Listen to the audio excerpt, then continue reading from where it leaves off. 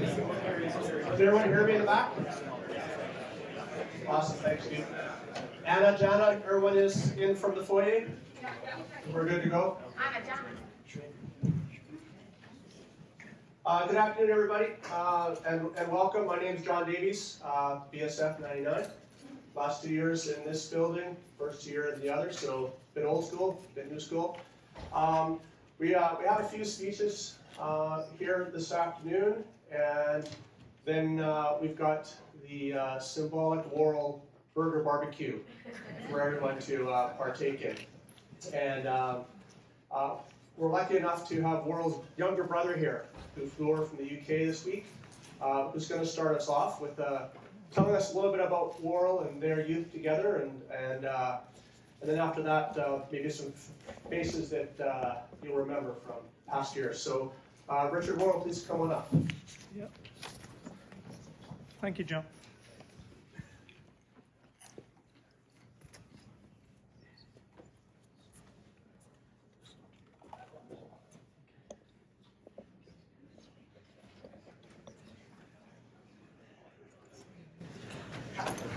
Yeah. Well, hello everyone. It's a special occasion. It's above all, it's a celebration, I reckon. But of course, it's tinged with a lot of sadness. So let's celebrate a life so well lived. I've got some notes here, and I'll speak to those. And I've also got a little contribution from my and John Worrall's nephew, Chris, who actually lives on the Isle of Man. But he knew my brother really well, and I'll explain that. So the thing that really strikes me is that having been here 3 times since March, what a hero my brother was to so many people. And I think my function here is to just explain a little bit about his background, our background. As boys, born and brought up for most of our boyhood in rural Lincolnshire, which is on the east coast, on the Humber estuary near the port of Grimsby, and opposite the Yorkshire port of Hull. We lived near Grimsby, and John was born in 1938, just before the outbreak of war, and I was born late in 44, just at the end, and there was this 6-year age difference.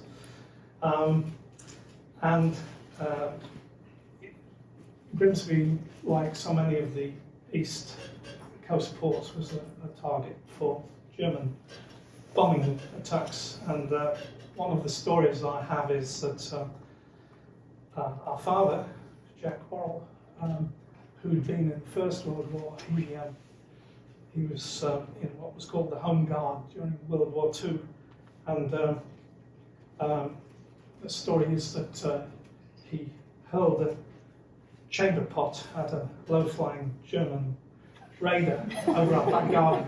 But that's all the information I have. I don't know if the chamber pot was empty or full. And where we lived, we had a lovely house with a little bit of an orchard next to the railway line. And I think one of those things with those steam trains flying past all the time is something that enthused John. It certainly enthused me. And there was a tree in our background. It's back garden. It's still there, 80 years on, and we called it the Daily Apple Tree. And there's a rumour. It must be just a rumour. I'm sure it's not true, but allegedly Dr. Worrall smuggled one of the daily apples from the tree in Lincolnshire, and he smuggled it past Canadian customs and brought it in. And I can't tell you where that tree was planted because it's a secret location somewhere in Vancouver. Healing, as I've mentioned to one or two people, does have trees, but not quite as many as British Columbia or Canada. So I just don't know where that interest came from, except that we did live in rural surroundings, and in those days, in the 50s, there was not a lot of traffic on the roads in the village, and you could wander back and forth up to the River Humber bank a couple of miles away, or up to the cress beds where cress was grown. Or, I mean, I in particular used to in the fresh pea season, we used to wait by the railway crossing for the gates to open, and lorries loaded with fresh peas for the freezer factories in Grimsby would have to wait, and somehow the kids kind of did take advantage of that and pulled off the peas from the pea lorries, and we really gorged ourselves on fresh peas. Just something about my father. He was an artist, a really good artist actually. And if you've been to John Worrall's house, you'll have seen some of his paintings. And one of the things he did was he was a war artist, and he painted some fabulous pictures of war damage and work in the shipyards on building battleships and all of that. And we were all teachers by trade. Me, my sister, and you know about John anyway, and my father was an art teacher as well.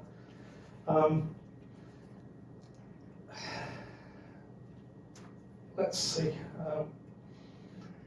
John and I would catch trains from our little village, 2 stations into the town of Grimsby, then we'd catch a bus to the boys' grammar school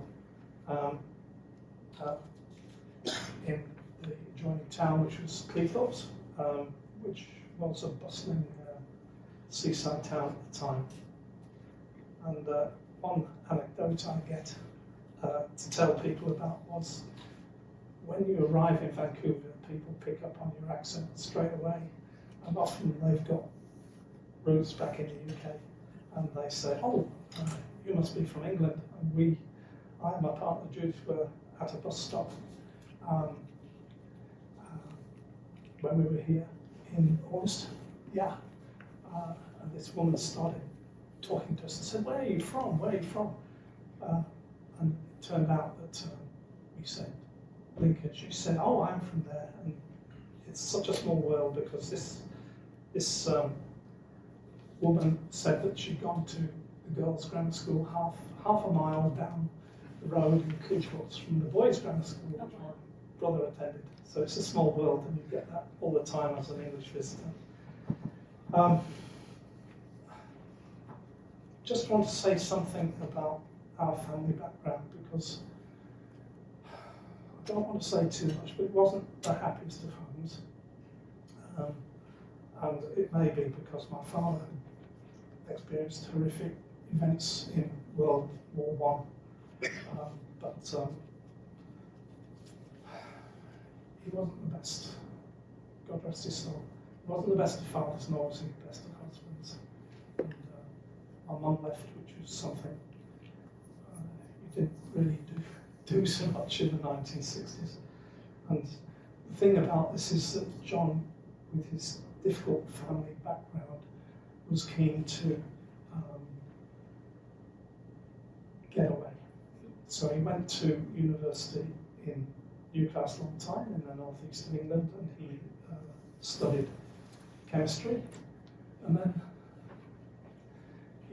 as some of you probably know, he went on a whaling ship, which is something that was acceptable in those days, but probably not something you would rate as a thing to do in these days. But then he came to UBC, on went to Yale, as lots of you know, and then the rest is stuff you know about, because you know much more about him than I ever did because, you know, he wasn't in my life for much of our boyhood because he'd already gone and he was 6 years older. So, living at the distance he has lived, I didn't get to see him very often. So I'm very keen to see how you experienced my late great brother. Just want to finally say, from my point of view, a big thank you to all the people who've been so kind to us ever since we've started visiting in March, and then when we came in early August when John Worrall passed away, and now we're here again. So that's 3 visits in a short space of months, and that's quite a thing. That's that bit. If I might just say some words which will give you a bit more information, and this is from my and John's nephew. I'll have to sort of read from this. And Christopher Weeks' nephew says, John was a major character in our lives growing up. This was because he was very dearly loved by our mother Anne and by his mother Molly, that's my mum, who lived with us. As I said, my mum had moved out and she lived with her sister for many, many years. John was so close to their hearts that, for example, I was always addressed as John Richard Christopher, with John and his brother always out in front.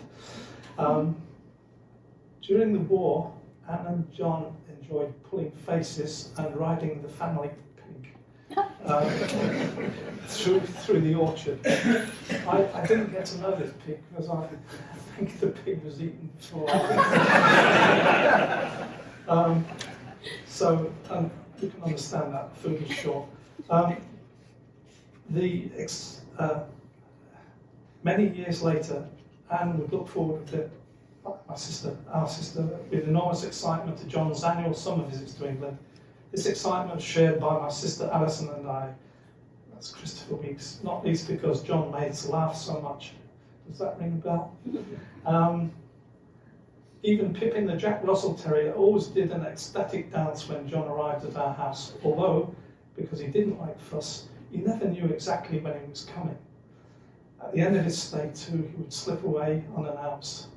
We'd usually find he'd stopped at the village shop to pay for the month's groceries on his way to the airport. John instilled in me, Christopher Weeks, a love of chamber music and a reverence for universities and teaching.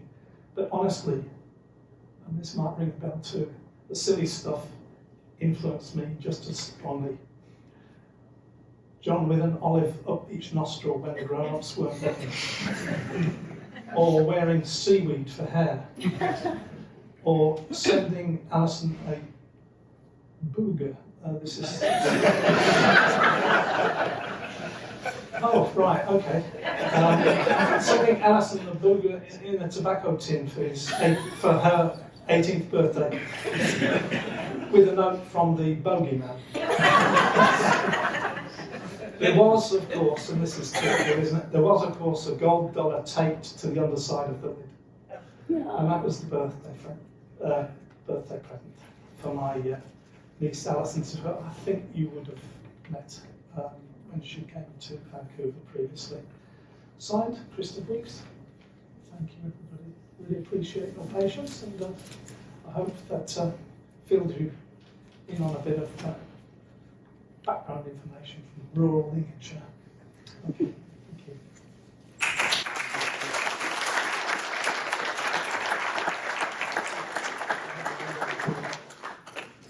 Yeah, okay.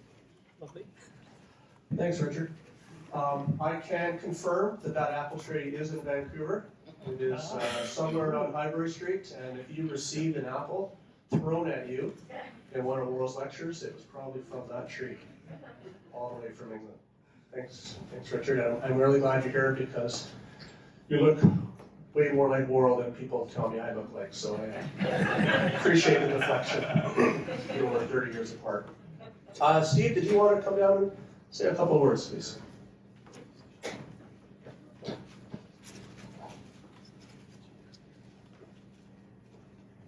Assume you used one of those before, so I'll leave it with you. But if you need it.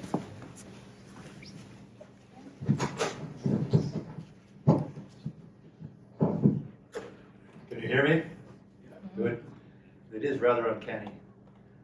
I will tell you that your brother is remarkable and very well loved, and certainly by the people in this room and many more, and really was a real character.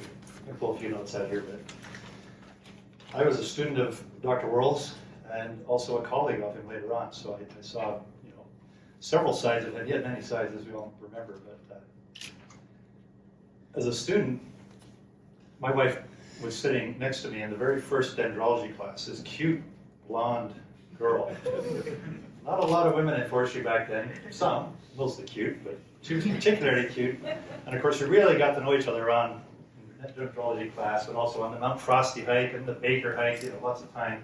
And of course, all the fabulous forestry parties back then, where John didn't just flip burgers, Worrall, I guess I should say. This is the colleague is John, Worrall is the student.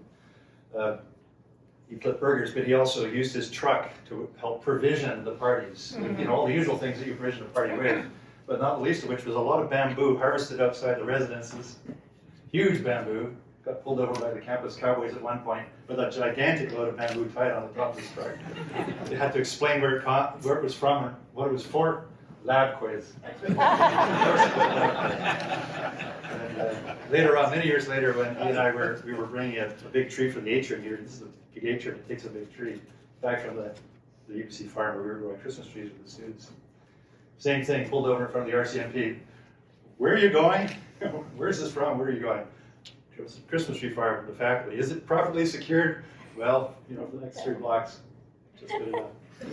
But anyway, so Janet and I, happily married for 37 years, met in forestry class. What's really interesting is our daughter, 28 years later, was in one of Dr. Worrall's last forestry for non-foresters classes. So our daughter also had Dr. Worrall as a teacher, so that's pretty cool.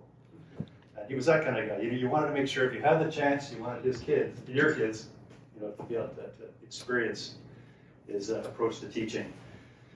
And what a teacher he was. I mean, memorable. He was brilliant. He was rude, very rude, very, let's just say, this man knew how to put the salacious in salix. If you saw how he introduced Twisty Willow, or if you knew anything about maidenhair fern, or maidenhair trees, which is ginkgo, you would definitely remember how he introduced it. But he was also very, very good with the students, very kind to the students. The students always loved John because he came out for them. He was always there for the class. He was there for the students. He hated administration, present dean accepted. Present dean, of course, being one of his students. Later on when I was teaching, John would come up with his, at that time, burgundy pickup truck, and he would load all the equipment in for fall camp. He would disappear, drive up to camp, and then he would sleep in the back of his truck because he didn't want to take any beds away from the students, and he didn't like to be in the crowd. He liked to be kind of out in the field under the stars. And it was -2 or 3 sometimes at camp. It got very cold at night up in the caribou. And the same what you just said, he would just sort of quietly disappear at the end of camp. He'd be there all camp long, helping the students out at mealtime, making sure everybody who was feeling a little uncertain about being out in the woods for the first time, or away from home for the first time, in the more recent years off grid, no cell phones for the first time. He was there to make sure that they felt, welcome, and really very late in his he was long retired for the last year he did camp with us. What else to say? As a colleague, super generous with his time and his experience. I mean, he had that library, he had all his slides. I mean, slides, just anything I needed, I could go and ask him about, and he would share it. I may still have a few of them. Hopefully nobody wants them back. Let me know if you do. And of course, his sweaters, and the big baggy sweaters. I think there's one on here. The toque when you're out in the woods, and the slippers. He used to shuffle around here in his slippers because I guess the neuro issues started quite early with him, and so he was wearing slippers a lot. And always had an office very near the students. His legacies, I mean, he's got, other than all the students and colleagues, he's got I call it Worrall's etchings, you know, the outlines of the trees in the atrium here. I think there used to be a couple more around the side that maybe got painted over at some point. There's an arboretum in the South Campus, you don't know about it. Now the UBC farm is an arboretum that he planted from seeds that he collected as he traveled the world, smuggled home, I guess, in his pockets. The maples are turning, you know, all mapley right now down there. The oaks are about this big around. There's a whole row of oaks in there. And there's a row of beech that he used to prune most summers. Not prune for a bit, but it's still a nice little spot to go and remember John. If you're on campus, you can walk around the farm. And let's see, what else we got? I think that was it for some of the stories. Others, I'm sure, will have more. I will leave you this one just to show you how mischievous he was. And of course, the facial expressions. He had the most amazing, you know, you can still visualize some of his expressions as some student would walk into class late or something. We had a lab quiz, and cornice, dogwood venation has these veins that kind of go up towards the tip. It's quite distinctive. But naturally, it didn't look like that on the lab quiz when you had all these samples all laid in the labs, and we're all in the hallway looking at our notes before we get in there. And he's standing there near one of the samples, so you knew there was something funny about this one. He's kind of looking over to see. And of course, he cut it. He trimmed it in the shape of an oak leaf. It didn't look like a dogwood leaf. It looked like an oak leaf. But if you had to look at the venation to know what. Anyway, so gone but very much not forgotten. A remarkable and great teacher, great colleague. Thank you.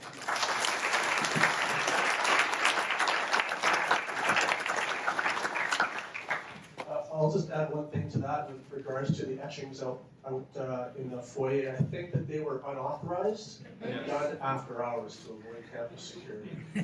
And they were done with an overhead, I believe. So, yeah. Thanks for that, Steve. Sandy.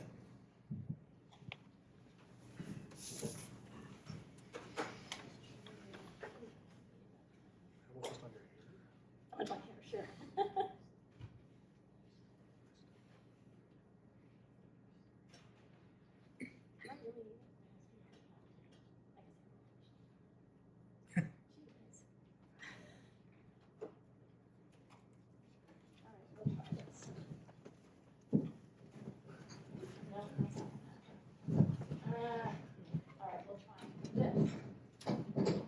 How's that? All right. All right. Well, it appears most people have stolen most of what I have in my notes, but I guess that's to be expected. But we are all here today, obviously, for our relationship with John Worrall. And for me, like many of you, he was my professor. He was probably one of my, well, except for Bart Vanderkamp, of course, one of my favorite professors. But later, he became a colleague when I worked at UBC, and of course, always, like all of you, he was my friend. What most of us remember about Worrall, the professor, is, as you've already heard, his unorthodox style of teaching. He wanted to teach us about trees, obviously, but more importantly for him, he wanted to teach us how to think, how to process knowledge. And he did that during his lectures by tossing out little pieces of information that you had to pay attention to and collect and hold on to, because partway through the lecture, suddenly you'd hear, Simons, and then that would be your question. And the answer was there. He'd given you everything you needed to know if you'd been paying attention.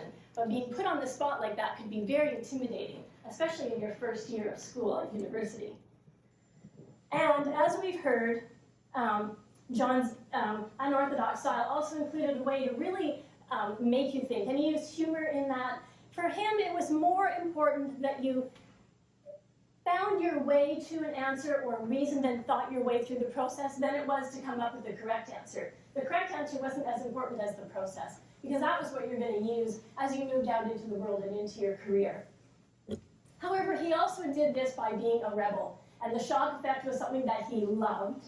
And how many of you were in the classroom when he came in with a specimen or a leaf or a fungus and held it up into the room, and he didn't have to say anything?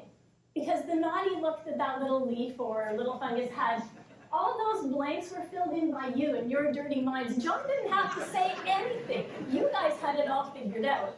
In fact, I would say John was probably one of the most polite people that I have ever known.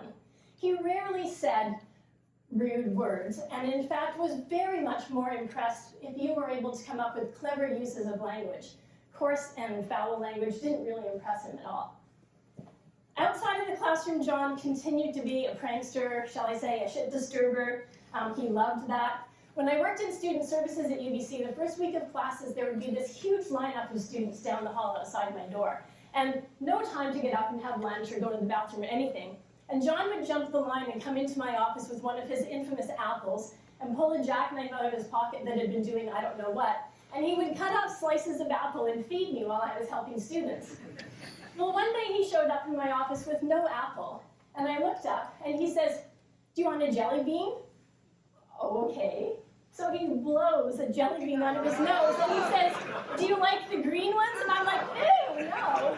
So then he blows a red one out of the other side and he says, "Well, I guess you don't want this one." And he pops them both in his mouth and walks out of my office. You can only imagine the students waiting outside my door wondering what the heck was going on in there. Another story that I love was the year of the jelly bean was the year that we moved from the old Macmillan building into this building, the new Forest Sciences Center. And one of the big differences was now we had offices that had built-in furniture, built-in desks and bookshelves, etc. So we weren't expected to move or bring anything from our old offices. And if you know, it was the agriculture faculty that took over the rest of Macmillan when we left. Well, it annoyed John to no end that an Aggie was going to get the desk that he had sat in his office for 20 plus years. So he decided it was going to come to my house. But we weren't allowed to remove furniture from campus, so this happened in a very Worrall clandestine way in the middle of the night.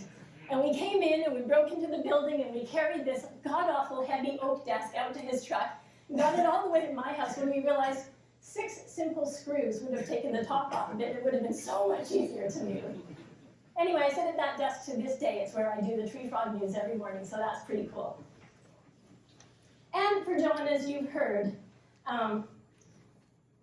the cardigan was the uniform. We all knew John for his sometimes threadbare wool, usually blue cardigan that he would wear till it would fall apart.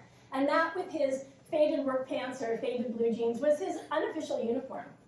And one day it just about got him kicked off campus. He came busting into student services, Helen and I were there, and he was overjoyed because he was sitting in corner library reading when the campus security came up to him and they said, "Sir, what are you doing here?" And I'm sure he looked up with a very cheeky grin and gave them some snappy remark, and they proceeded to escort him out of the library. And it wasn't until they got him outside the door that he reached in his pocket and showed them his faculty ID card, and he just thought that was the best.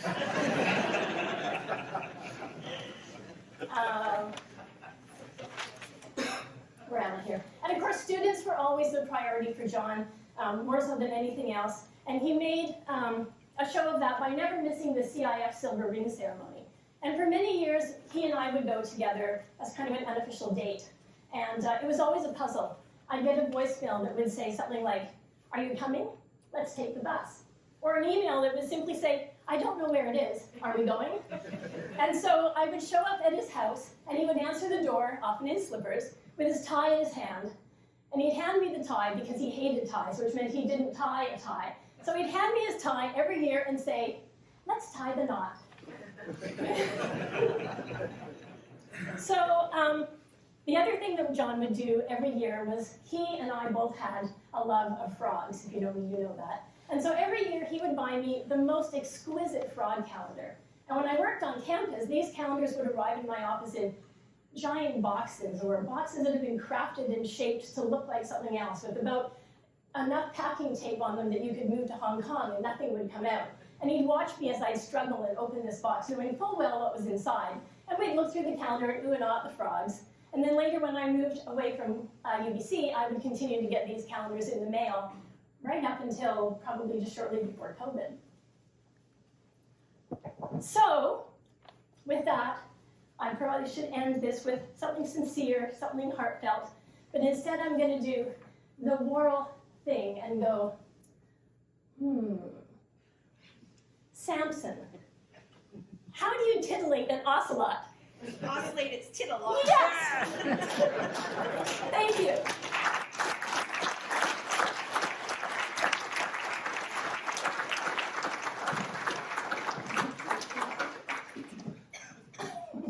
It's 2 old people trying to get a microphone. Great. Great, thanks, Sandy, and way to plug Tree Fog News in there. Oh, thanks. And now, Kiara. I'll let Kiara introduce herself and the surrogate family relationship that was cemented over years and years of with John.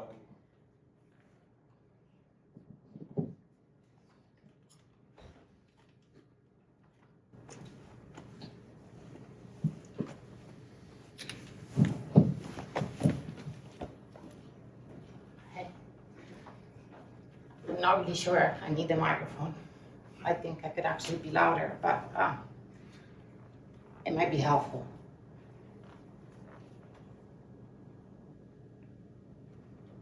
So, sorry, I think I did try to learn it, and I think I could probably wing it, but I don't think I could. So I'm just gonna read it as it's gonna be easier. So we're gathering today to remember and celebrate the life of a remarkable person, Dr. John Worrall. While many of you may have known him as a distinguished professor at UBC, to us it was simply John, a cherished member of our family. I first met John when I began my journey in the faculty, and from that moment, he became an integral part of the family I had chosen. My children, Matteo and Arianna, practically grew up with John as a constant presence at the very celebration, holidays and birthdays. He always turned me down. I am a recovering Catholic, and he always turned me down for First Communion, confirmation, anything religious. It would say, I would rather not. I can't begin to describe the countless memories we have shared with him throughout the years. John and our family had a special tradition during several Christmases, a fierce battle of the wits in the form of a Scrabble game. I can't help but smile as I recall those matches where John's exceptional vocabulary and wit made him an unbeatable opponent. Until recently, when he began to slow down, the statement, I go wit by John and Scrabble was a common refrain in our gatherings. But it wasn't about the victories, it was about the company and laughter we share, as we would sometimes challenge his archaic words put down on the Scrabble board, one tile at a time, often starting from the last letter and going backward. They were always words, by the way. We never actually caught him in making anything up. What made John truly exceptional was not just his intellect, but his unwavering support and kindness. He was there for me and our family when health problems seemed to target us, offering his genuine care and compassion. He was there to hug me when Larry had some health issue. It was when I received a call from my father back in Italy telling me that he had to have emergency heart surgery. He was there to have me on his shoulder crying. When Arianna had a rough beginning with autoimmune diseases, he was always there to remind me that it's okay and everything will be fine.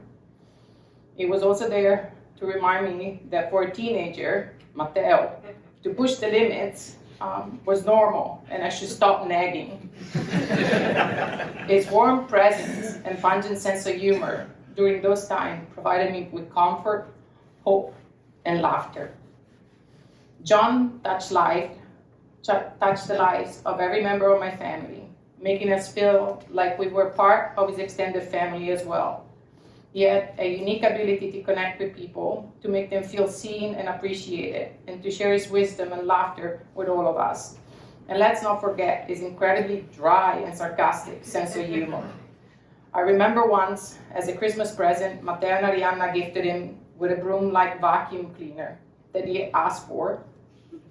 When he came back to the apartment for New Year's Eve, day's lunch, we asked him how the vacuum was performing. And John's response was characteristically short and to the point. It sucks. Well, we all burst into laughter at his understated wit. John's humor always kept us on our feet. as at times we had to really think hard whether it was being serious or just sarcastic.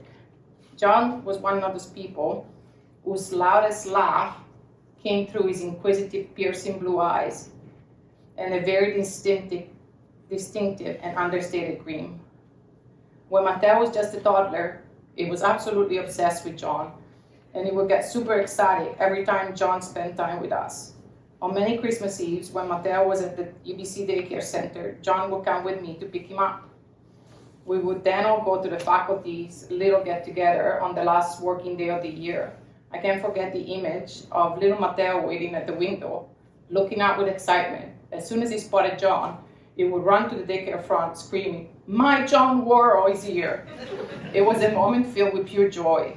When Ariana joined our family, she too was very much fond of him and wrote an entire assignment in grade 2 about my friend John Worrall, as well as always joining us to play Scrabble. She always tried, even when she was super little, to put down words. And I have to say, being ESL, I think she was doing already much better than me at that age.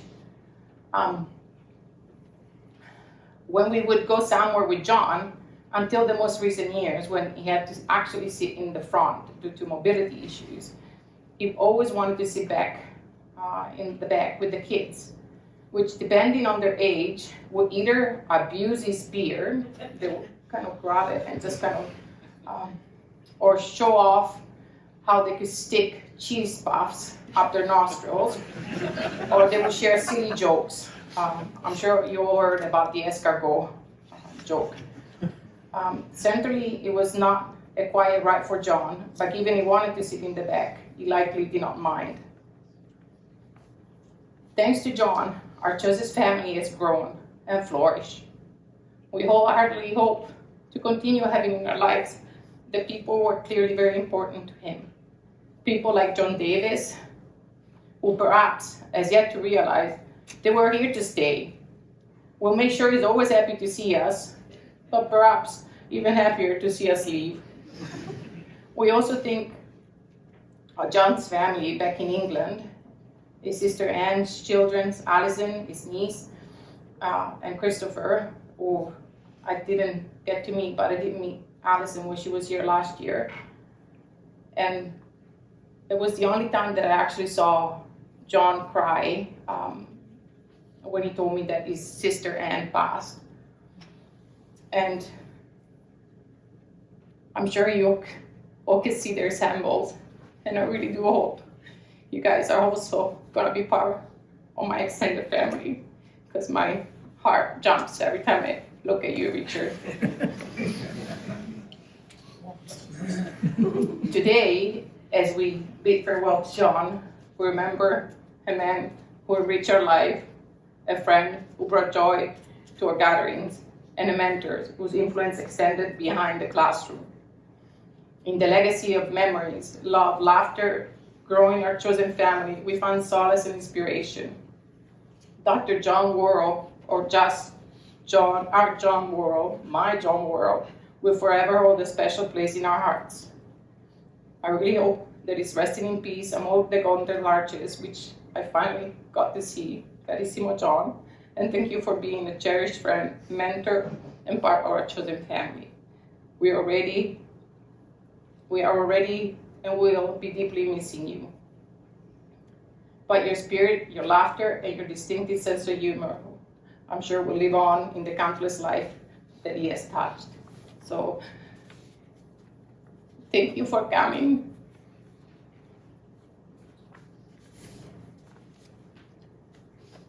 And I'm sure that you would really probably crack a joke at me crying and having an accent even while I'm crying, but it was a dear friend and I would miss him a lot. So thank you.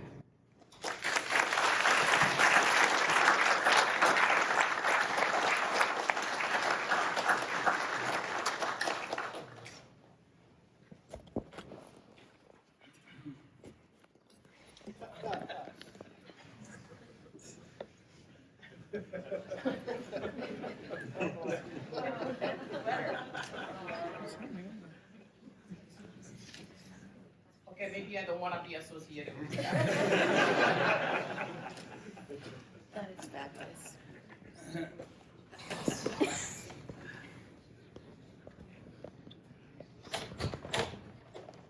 Clearly, this was a male projector.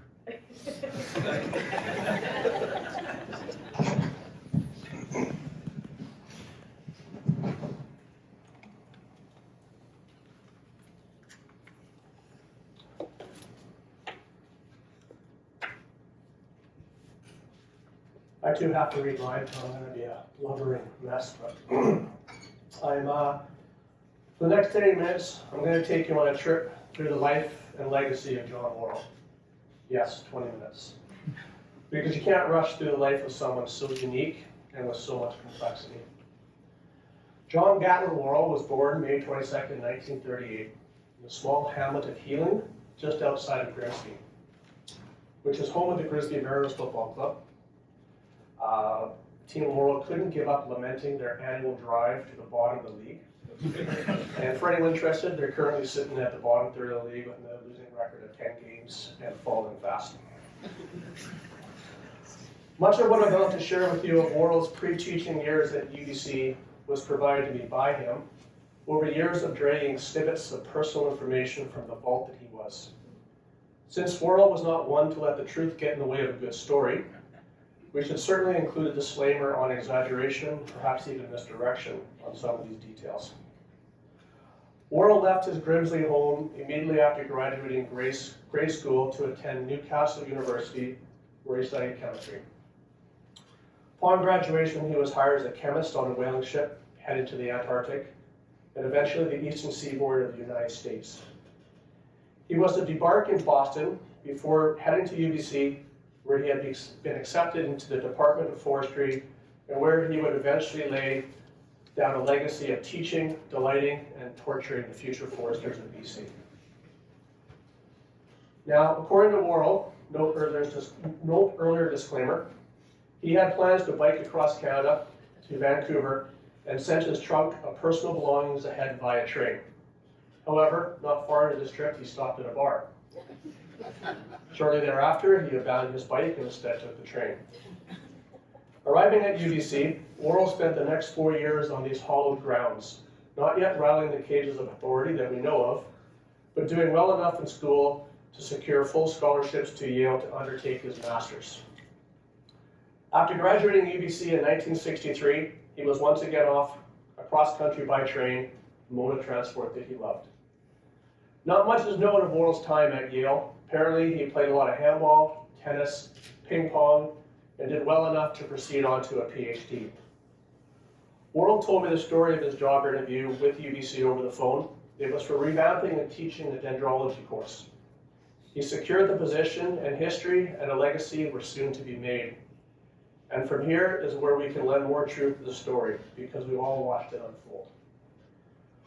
Worrall spent the next 34 years dedicating his life to his students. He believed that universities should be about students and learning, and that is where he put his energy and attention. At some point, he was faulted for not publishing enough and told he was no longer on track for tenure. Not sure if this is where Worrall began to give the middle finger to authority, but I did find a lot of publications from the 70s and 80s, and if you're interested in really big language and science, they left them out there on the in the foyer. However, I think maybe some of his best work might actually have been him thumbing his nose at those who didn't understand trees, how they grew, reproduced, etc. Case in point, in this article titled Autumn Leaf Coloration in the Forestry Chronicle 1998, it starts with, the Forestry Chronicle January-February 98 had an item on fall leaf coloration by J. Ingram.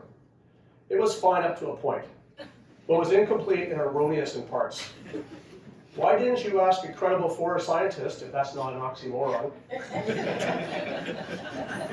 to do it for you, or even me? He goes on to wax poetic about photosynthesis and keratin and anthocyanins, etc. And the next edition, he writes another article. This one's entitled Dendrology, Some Thoughts on Its Impending Demise. This one's a bit lengthy, but worth it. Nearly 30 years ago, I used a page of the Forestry Chronicle, November 71, to outline what I thought a real dendrology course should be. Not just the traditional what trees look like, but how they get to look that way, i.e. developmental anatomy, morphology, with a good dose of physiology, all suffused with a strong evolutionary flavor. This unified tree biology course did then happen and was taught by me for decades, becoming legendary or notorious, depending on your point of view. And now is in its last season. 2 term courses being eliminated by the university for administrative ease. Though of course everyone agrees we need integration of material, not fragmentation. The old item came out under the title Dendrology Can Be Fun. It was for me, but was it effective? I'd like to offer a few comments here, not on which is for other people to say, but on some of my more troubling failings in teaching, both general, particularly the proper use of English language, and dendrological. Then he goes on to carry on way too long about the proper use of the verb to be. Putting a qualifier in the front of the word unique. The PCness of diameter at breast height. The fact that we don't actually have balsams and Douglas firs should be common Douglas. But I think the point of this article is the last paragraph. A comment on teaching from one of advanced age. I've grown to think that the material is largely irrelevant. Kids need to be taught to think. That's very time consuming, and of course universities, mind-numbingly dull and spiritless research occupies our time. We need more teaching. The hard part of a university's mandate, and more forestry and less research. This guiding principle of his that kids need to be taught to think was evident in his teaching. And we can all recollect and tell our experiences, and I hope there'll be some stories after this for people to share. But let's let a few examples of his course outlines, lectures, and exams speak that I found in his house and office speak to his style. Here's an overview of his Forestry 303 course, which is forestry for non-forestry students. This course is about how a tree grows, and how groups of trees grow, and a little bit about life in general. The emphasis is on the evolutionary, ecological, environmental aspects. Just the facts, no opinions. In times past, it would have been called dendrology. John Worrall hopes to tackle this. His office is 1503, and he is always available. He attempts to give interesting, informative, and involving presentations, quite often failing. What topic can be more interesting than trees? Cautionary note number 1. Experience shows that those whose attendance is poor have a greatly enhanced chance of doing poorly. Yes, people do flunk, and it ruins their lives. And mine. I hope to get you to think, and preferably like trees, so you need to be here. Cautionary note number 2. I'd like you to know stuff, and even underline, understand it. How scary is that? Cautionary note number 3. This prof is particularly susceptible to obsequiousness. He takes marks off for it. And cautionary number 4, use of cell phones in class causes him to go ballistic. This could all be lots of fun, imagine that. And cautionary note number 5, this course will not, absolutely not, get you into medicine or law.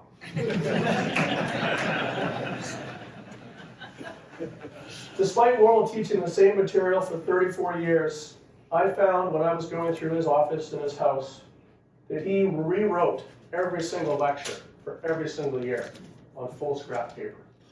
There are countless boxes of him just rewriting his lecture notes to present every year.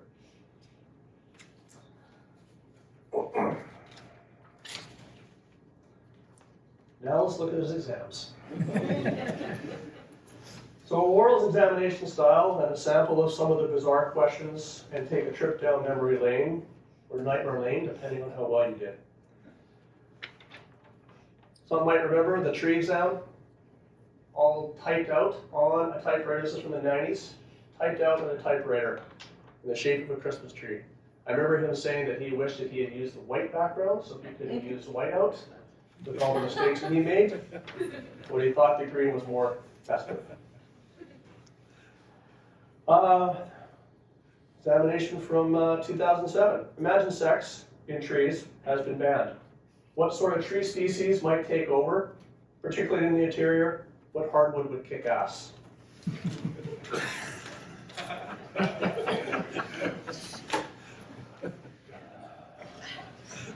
October 2002.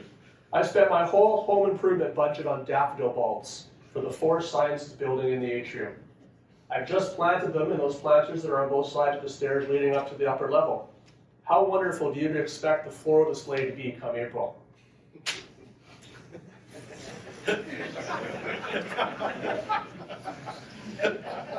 You have inadvertently fallen off a BC ferry into the Salish Sea, aka Georgia Strait.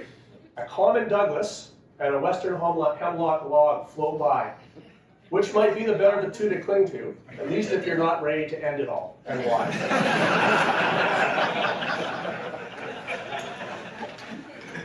Another typed out tree exam. This one, because Worrall was so fond of authority, when the glorious President Emeritus Strangway clear-cut the forest on UBC property at the corner of 16th and Westbrook to make way for condominiums for his friends.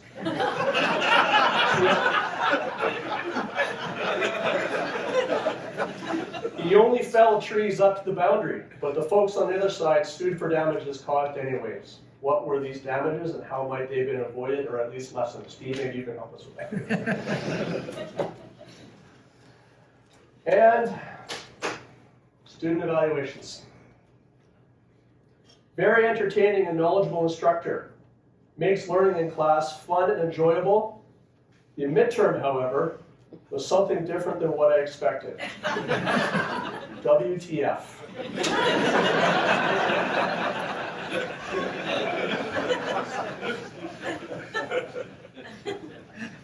He's been fun. Definitely not a fifth-rate clown. Worrall, if you're reading this, you're very much a top-right Golden Star clown to me.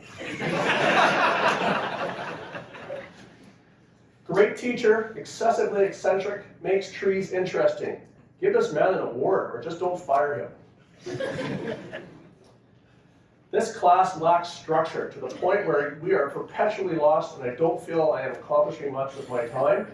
I wish we were referred to textbooks or websites where we could make sense of what happens in class. Probably an art student. The questions seemed very vague and were somewhat misleading. More concise questions with more specific answers would be an improvement.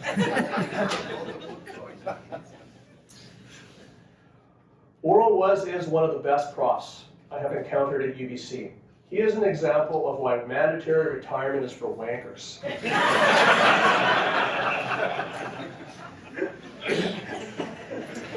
Worrall is one of the most knowledgeable, personable, enthusiastic, prepared, and humorous profs I have ever had.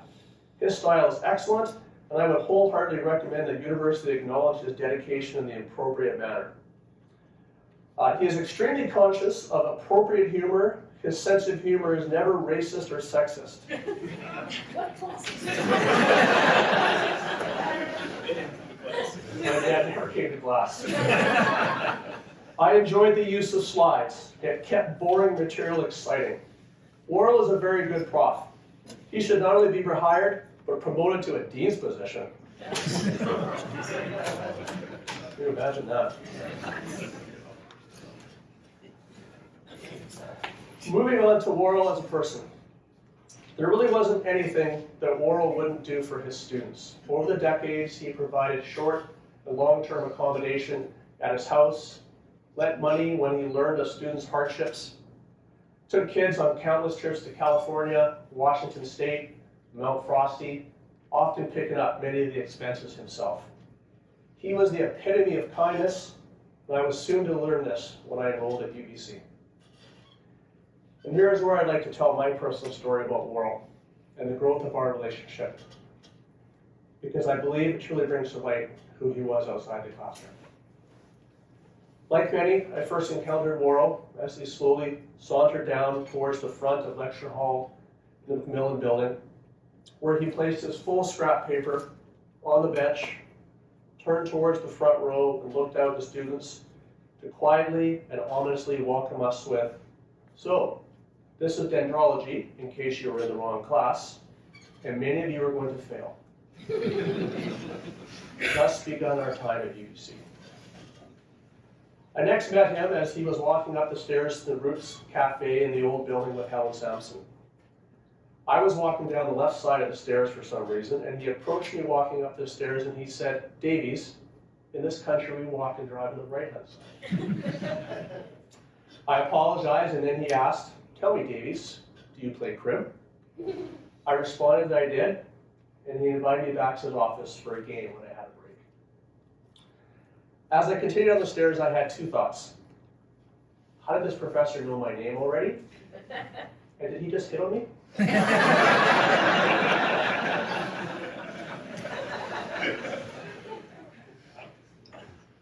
Clearly not having a sense of self-preservation, I dismissed the latter question and went to his office. I knocked on his door and poked my head inside his long, narrow office that appeared to be empty, and I said, "Worrall?" And he responded, "Hello, Davies." But I couldn't see him. Turns out that Worrall had a chair nestled between bookshelves that he kept him out of sight from his door. And at the top of his bookshelf, he had a rearview mirror aimed at the doorway. This allowed him to see who entered his office while he sat between his bookshelves. He could welcome students or avoid the dean and faculty. We played a couple games of cribs, and I listened to his completely inappropriate jokes and gripes about Dean Binkley and the demise of teaching. But from the moment of those crib games onward, we began a friendship that would transcend the relationship of teacher-student to friends, to surrogate father-son, to caretaker. I was often asked in the last couple of years how our relationship evolved to what it became. The story is one that, again, illustrates how caring Worrall was. Worrall used to visit a retired faculty secretary in a senior's home. She was blind, mostly deaf, and had all but been abandoned by her children to what Worrall described as a dreary and depressing place. She once told Worrall that he visited her more than her kids. It was after one of these visits that we were at dinner, and he told me the story of her and where she was. He said he never wanted to go into such a home, and that he wanted to stay in his house, and would I help with that?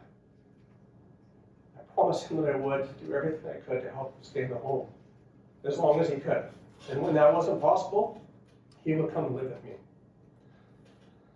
Now in my 20s, I was prone to making such off-the-cuff promises over drinks, usually to better-looking people, and mostly after beer gardens, coconut, or Friday nights at the pit, and also mostly unsuccessful.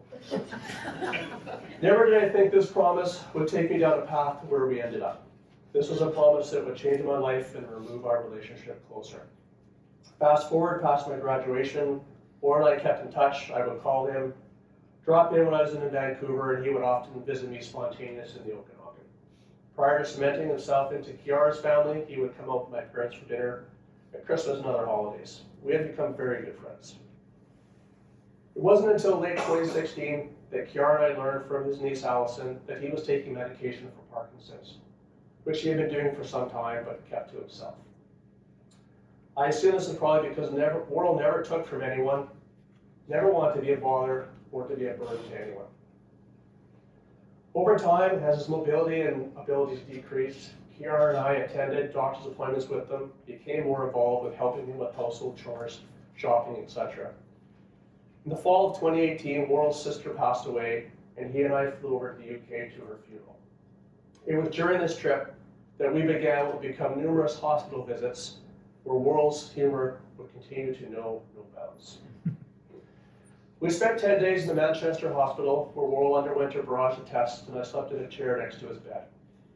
It was during an evening that we were sitting in the hallway that Worrall let down his guard, probably a result of being so weak, to tell me how he felt about me, and I reciprocated. It was a beautiful moment that I cherish, and I keep the contents to myself.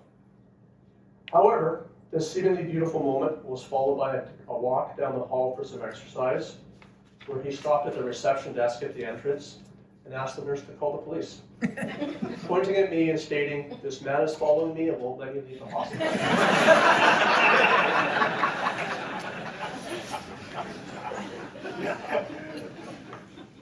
During this same visit, we had to collect a urine sample, and I helped Worrall to the bathroom, and standing him in front of the toilet with an arm around his waist, I held the cup in preparation for collecting the sample.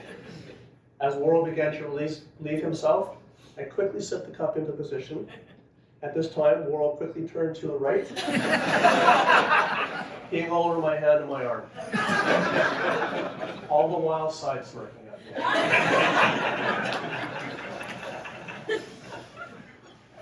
We eventually made it back to BC, where over the next 5 years, Worrall continued to succumb to the effects of the disease he was suffering. His home care moved to 24 hours, and with each subsequent hospital visit, his mobility continued to decrease, as did his ability to respond quickly to questions, although he kept his wit. Often in the hospital, nurses and doctors would ask Worrall if I was his son, to which Worrall would respond, "If he was my son, he'd be much better looking." I didn't think it was funny, you guys. Eventually, Worrall became slower at responding, and I was able to out-respond him. If he was my dad, he'd be much better looking. I had no shame. I often had to preclude interactions with the healthcare providers with the disclaimer, "He's not rude, he's just British."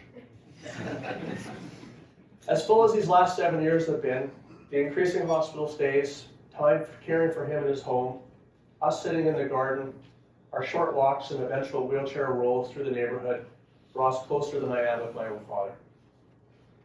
Getting to know Worrall and having the honor of helping him fulfill his wish of staying in his house, taking care of him to the end, and being by his side when he's passed has been the single greatest success of my life. It has been my most formative relationship, and I can't ever imagine feeling as much love for anyone as I did for him. It is well known that Worrall was never a fan of authority, especially deans, but I know he was particularly fond of Robert Kozak. And when I told him Rob had become dean, Worrall responded, he would do well, and he would be good for the faculty. Unfortunately, Rob couldn't be here today, but he wrote a beautiful note to the faculty upon the passing of Worrall that I think succinctly summarizes Worrall's time at the faculty. His kind and caring nature, and as good as any way to end here. And he writes, "I write to you with a heavy heart, and the very sad news that John Worrall, our teacher, our mentor, our colleague, our friend, passed away peacefully on Tuesday at the age of 85. He was surrounded by friends, family, and loved ones. To some, John was a delightfully eccentric man who watered the plants of the Forest Science Center, tirelessly flipped burgers at Coconut. But for generations of Foresters, he was their introduction to the faculty of forestry and the fascinating world of dendrology. In fact, in many ways, John embodied the faculty of forestry and taught us so much more than just how to identify trees. In no particular order, some of the things I learned from John are: students are the reasons why universities exist. Take the time to observe the transcendent beauty of the Liriodendron tuliparifera in full bloom. Share your knowledge and experience, and whenever and wherever possible, show a kindness and generosity of spirit that is almost beyond comprehension. Never, ever, ever sell out, even if it means making some sacrifices. Respect is something that is earned. Question authority. If necessary, subvert from within. The institution will be better for it.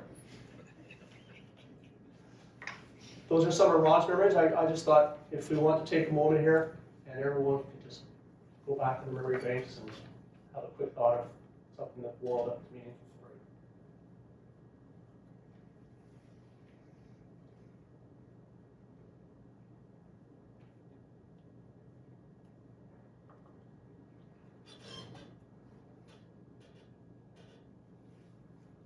I'm sure we'll all remember his lecture on maidenhair fur. He drew the outline of the female and the Overton projection, and then put the U leaf right at the front.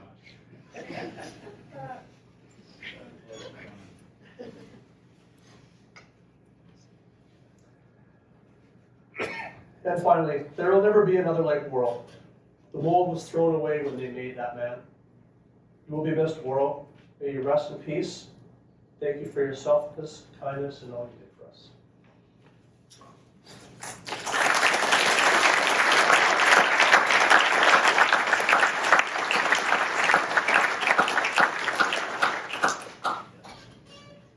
We do have a barbecue, but if anyone wanted to come and take the mic and tell a story or memory of Worrall, please feel free to come on down. Otherwise, I hope that we can all share some stories of Worrall out over a barbecue. Thank you, everybody. Oh, come on down, Steve. This is Steve. When Worrall broke his hip a couple of years ago, he was getting physiotherapy for about 20 minutes in the hospital per day, and I was in the hospital with him, and he had to go to the bathroom, and so they took him to the bathroom, and that ended up being his physiotherapy for the day. And I looked at that, and I go, this isn't going to work. And so I got in touch with my own physiotherapist, asking if there were community physiotherapists. And through a number of random connections, I was able to hook up with Steve here, connect with Steve here. And so for the last couple of years, Steve was in Worrall's house a couple times a week, doing everything we could to keep him mobile. So I'm very appreciative of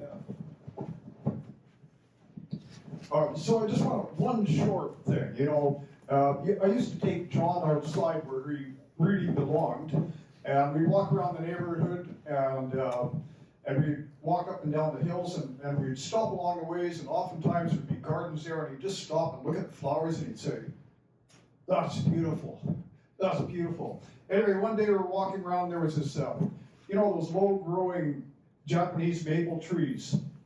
It's got all these beautiful red flowers on it, kind of flares out like that. And I said, John, that really reminds me of an emu or an ostrich, the way the feathers come off there. And he just sat and looked at me, and he stared at me, and he said, there's something seriously wrong with you.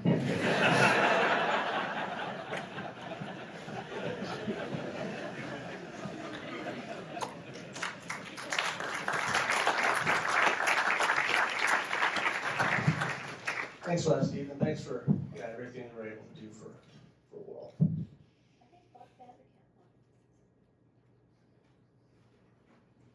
Here he comes. 52% in this guy's class.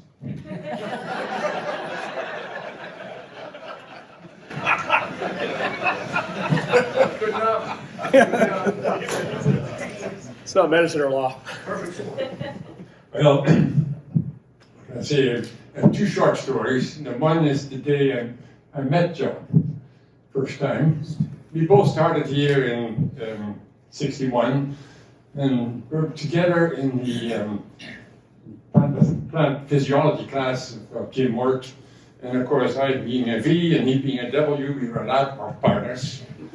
Our first lab, he was given slices of apple, and you're supposed to put these drops on it, and it's supposed to turn black, right? So we did.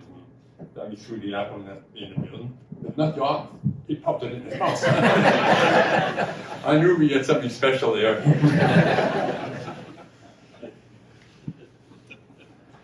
Another time, I was sitting in my office, got a phone call.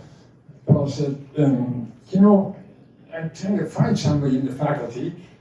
And I met him once a while ago, and he identified something for me, and I can't remember his name. It was passed on to the office to me. I said, well, tell me about it. Well, he said, I mentioned this fellow, and I wanted to know what this was a yellow birch or not. And he said to me, he said, bring a twig. So I bought a twig. Came to his office. He says, no, chew it, he said. Chewed it. Yeah. Wintergreen? Yes, yellow birch. that's Worrall. Thank you.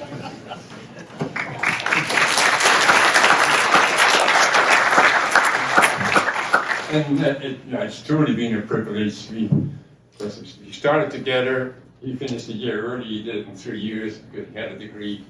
We came back in the same way that he was asked. I was hired after a phone call with Dean Gardner, and he hired several others that way. Never had an interview at all. And I do know afterwards that Dean Gardner was warned about John. this might be a good teacher, but he's going to be a difficult fellow to have handle. For him, of course, it was. I can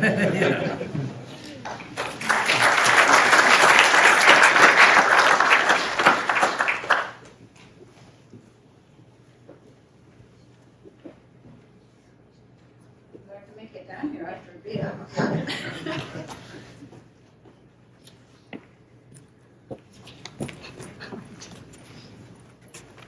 I need anything on?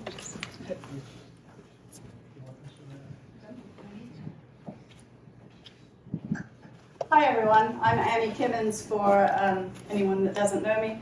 Wife of Hamish Kimmins, who many of you I think knew. I don't know whether to laugh or cry actually, I really miss John so much already. Going back a bit, we met John in 1969, and the first meeting between Hamish and John was on the stairs in the old faculty building, and Hamish said to John, "Oh, hi, I'm Hamish Kimmins." And John said, "That's nice," and walked on. Typical John. Anyway, in spite of that, we grew to be very firm friends, and we loved John, and we saw each other a lot in Vancouver at that time when we lived in Vancouver. Many teas at his house, tea and chocolate digestive biscuits, and of course Boggle, not Scrabble then, but Boggle then. And John was the Boggle man. Hamish and I would scrabble to get 4-letter words. John would get 7 and 11-letter words, you know, and he was just... I beat him 3 times a bottle. Impossible. I still have the scoreboard in my office. He used to call it quickies. I know, totally impossible. I think he had one of those brilliant minds I've ever known, John. Absolutely incredible. Many visits in Vancouver, many visits in the UK, but never met Richard, so I'm really delighted and hope to get to talk to you later on. I do know he was just so incredibly fond of you and of Anne. We went to Anne's family in the Lake District many times and had wonderful holidays with them. And yeah, he would have been so delighted that you were here. On Denman, when we moved to Denman, we didn't see him as often, but he would arrive. I would come outside the house and he'd just be standing on the deck, and I'd say, "Oh, hi, John. How long have you been here?" "Oh, half an hour." "And how long are you staying?" 10 minutes. Off he'd go again, you know, and he never announced himself, didn't like commitments, as we all know. And, there was the one time we were together at a conference in Iceland. This was quite priceless. We all flew to Iceland together, Hamish, John, and I. And it was quite a special conference, and there was a banquet with what's the name, President Vigdis Finnbogadottir at the time. Well, John, of course, had not taken a jacket. He got his plaid shirt and his old sweater and his jeans and everything. And I can remember he actually went and hid in the bushes so that nobody would find him before the banquet, so he didn't have to go. Because we dragged him out, and it just turned out Hamish had an extra jacket, so we fitted him out, and he came to grudgingly came to the dinner, but that was fine. We all know about his personality, totally unconventional, totally eccentric, totally not into following social rules at all, but always generous, always wonderful friend, and as I say, the most brilliant mind ever. His way with words, with Boggle and everything else, I was always amazed that he didn't do cryptic crosswords, which is my love, and he didn't, because he would have been absolutely brilliant at that too. Talk about a dry British wit, which maybe Richard has too. Anyway, I won't go on, but we love John very much and missed him a lot, especially when we moved out to Denman. I'm so grateful for Kiara being there for him, because he used to come to us for a lot of Christmases and many, many events, so it's been wonderful that you've been his family. You could say that he was an odd fellow, but honestly I think he was one of the nicest odd fellows that I have ever met in my life, and we know he was much loved by his friends and his students, and I for one miss him very much. And just a last word from some mutual friends who some of you may know, Birgitta and Mike Marr, who now live in Victoria. They have really bad colds, otherwise they would love to have been here today, and send their apologies.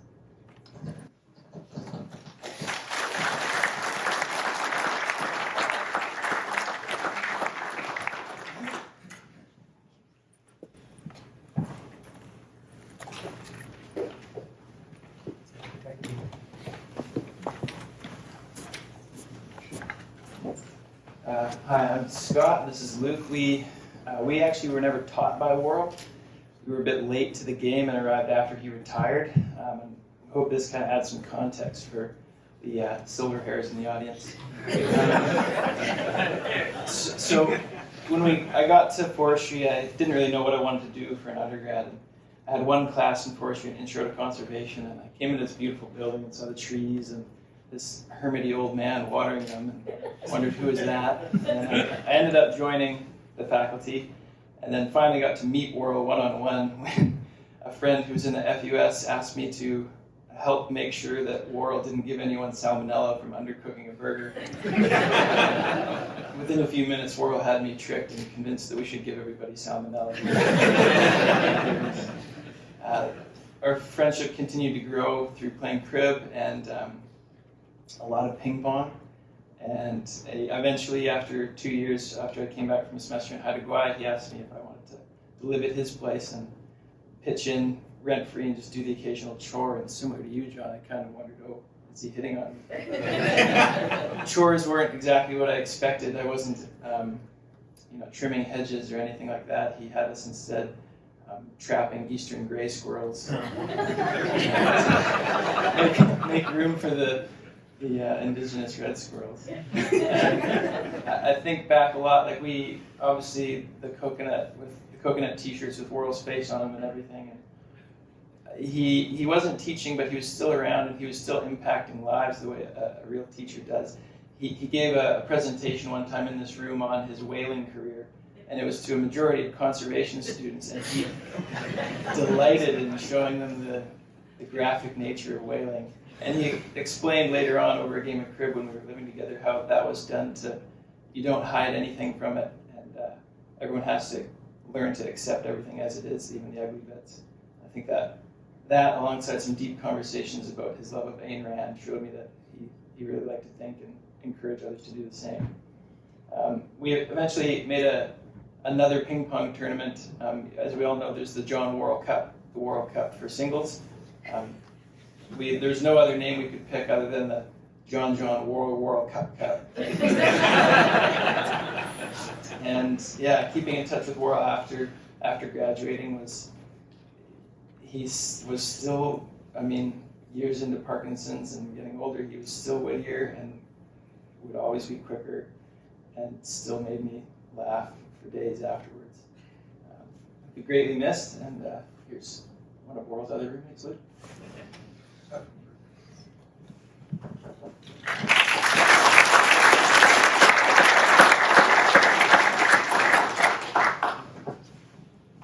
So, yeah, like many of Worrall's students, I don't think I fully understood what I was signing up for when I decided to study forestry at UBC. I, was a bit nervous. It was a bit of a jump.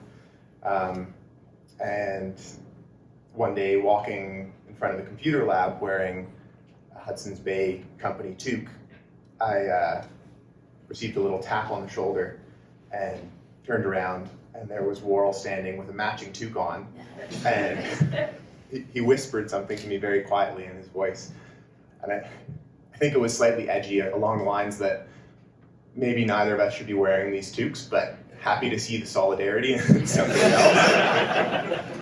There might have been mention of smallpox as well, I'm not totally sure. But I slowly got to know him over games of cribbage in his office. And the story about the Macmillan chair, he had an identical one here in the new building where he would hide sometimes. You'd walk in looking for him, trying to have a game of cribbage and think the office was empty, and then sometimes you'd look around the corner and realize he was actually there having a nap in his little hidden nook. But after a couple years of playing cribbage and ping pong with him, he invited me to join him at Highbury Street with with Scott. And those two became the most unlikely forestry family that I ever could have signed up for when I joined the faculty. And he cared deeply and he was deeply committed. Like, I got suckered into joining the hockey team, and we had the worst possible ice times. We'd be playing sometimes 11:15 on a Tuesday night, and we'd all have 8 a.m. lectures. And 10:15 would roll around, and Worrall would come downstairs wearing his hockey jersey, and we'd often pile into his truck, and it would never be the new pickup. It was never the fancy new blue pickup that was sitting outside, slowly growing moss. It was always the old burgundy pickup that had been around for decades. He didn't really like change much. But he'd be there at every game, waiting in the stands for like half an hour before we even got on the ice. And Patrick was sharing that he even took a puck to the face once, I think, while he was there with us. But yeah, I'm sure, looking around this room, all of us have these moments that we've been lucky to share with Worrall. And it's really special to be here and just see this like huge impact that he had on all of us and this web of connection that we all share. And I'm really grateful to have known the man. He was a special guy.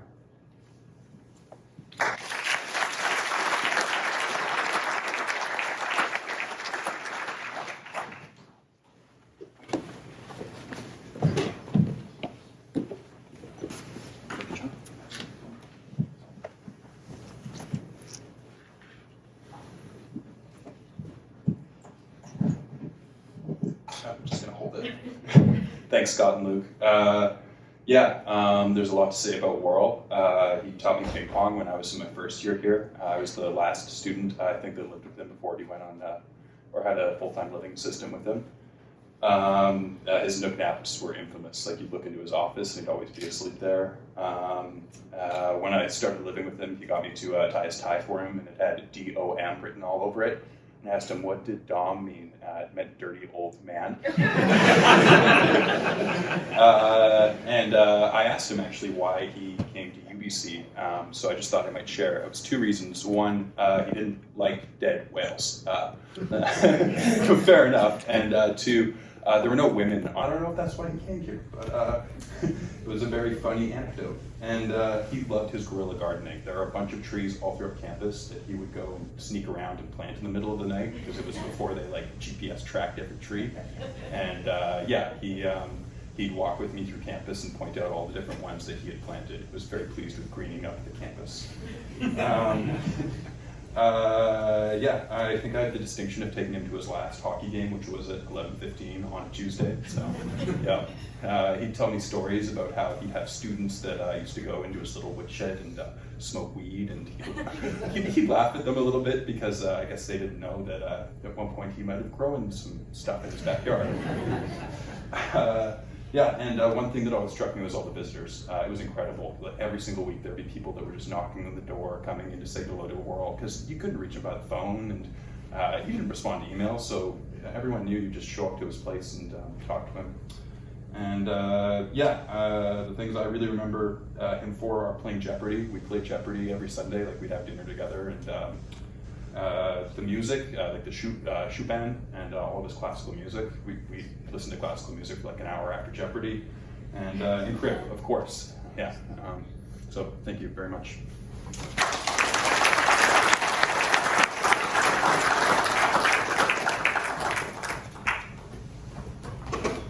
Anyone else like to come down and share a story?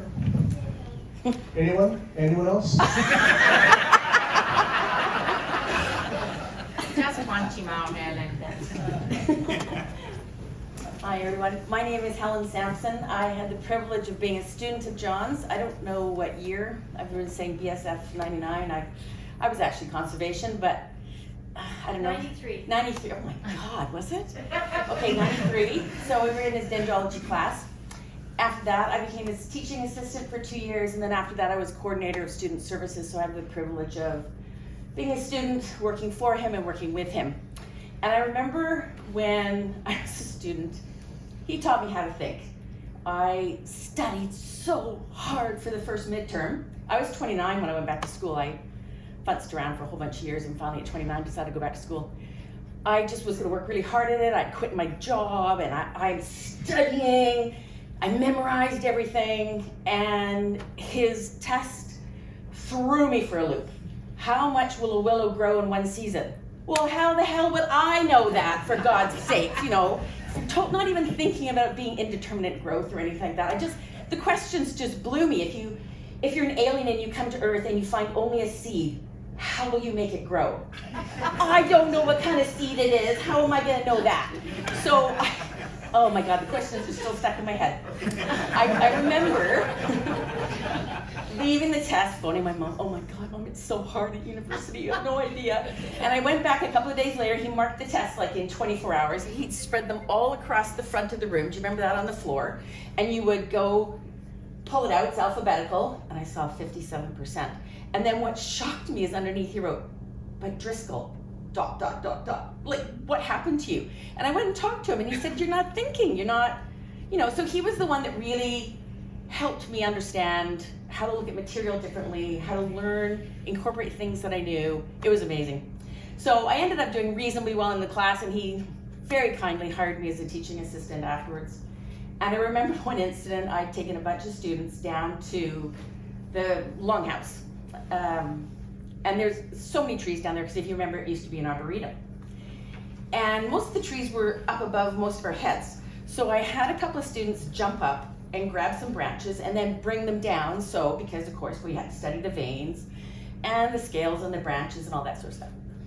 So I guess there was somebody in the longhouse had been watching, and they saw me tear a part of the branch off so I could show it to the students, because the next thing I knew, the campus police were there. And they were writing down my name and who I worked for and what was I doing. And I ended up having to dismiss all the students, and I felt terrible, because how am I gonna go back and say to Worrall, well, I didn't even do the whole 2 hours because I'm stuck here with the campus police. So I slunk into his office, and there he was sitting in his little green chair, leaning back. And when I came in, he just started to laugh. He said, well, how was that with the campus police? And I was feeling so terrible. How am I gonna explain to him what happened? Well, then I found out he gave them a really big lecture, because do you know how many trees used to grow where the longhouse was and what got cut down? So how dare them get upset with me tearing off a little branch that was gonna grow back anyways. So I have to admit, I felt so much better.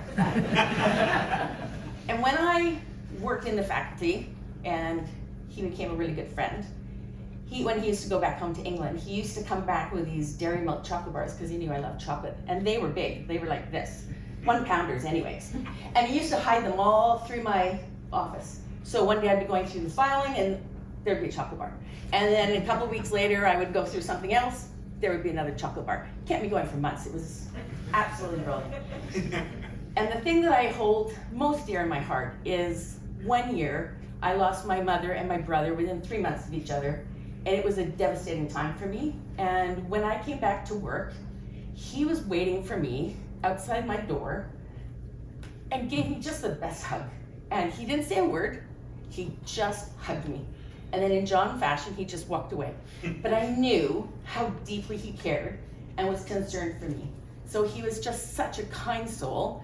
He was incredibly naughty at times, but mostly he was just a dear soul, and I was very appreciative of the time that I spent with him. Thank you.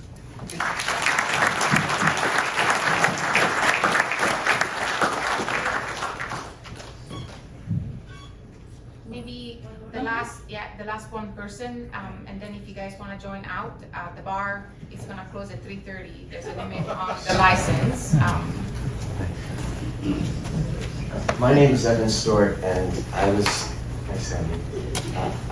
at UBC in the early 90s with Helen and folk, and John was really, really special to me. I'm from Nova Scotia, and when I moved here I didn't really have very many people, so he offered for me to stay with him, and I said no, because we would have killed one another, but he was very, very kind to me. I spent Christmases with him when I could, and he was just someone that taught me to be curious and to always learn and to challenge norms all the time. And you had a great brother, and I wasn't really going to say anything, but I thought it was just special to do it. And I was in the old building, but I remember the terror of, because he picked everyone's names out, and when he would drop Stuart, and I'd be like, oh no. But I used to go on those trips with him. I walked railway lines with him. I climbed trees for him, and he was my friend, and I miss him. And over the years, especially during COVID, it was tricky, and I learned through LinkedIn about his passing, and I wanted to come because he was a good person. So that's what I wanted to say.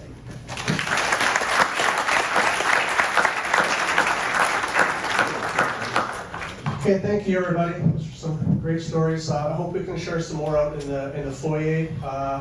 Last call. Please help yourself to burgers and beers out front there. Thank you.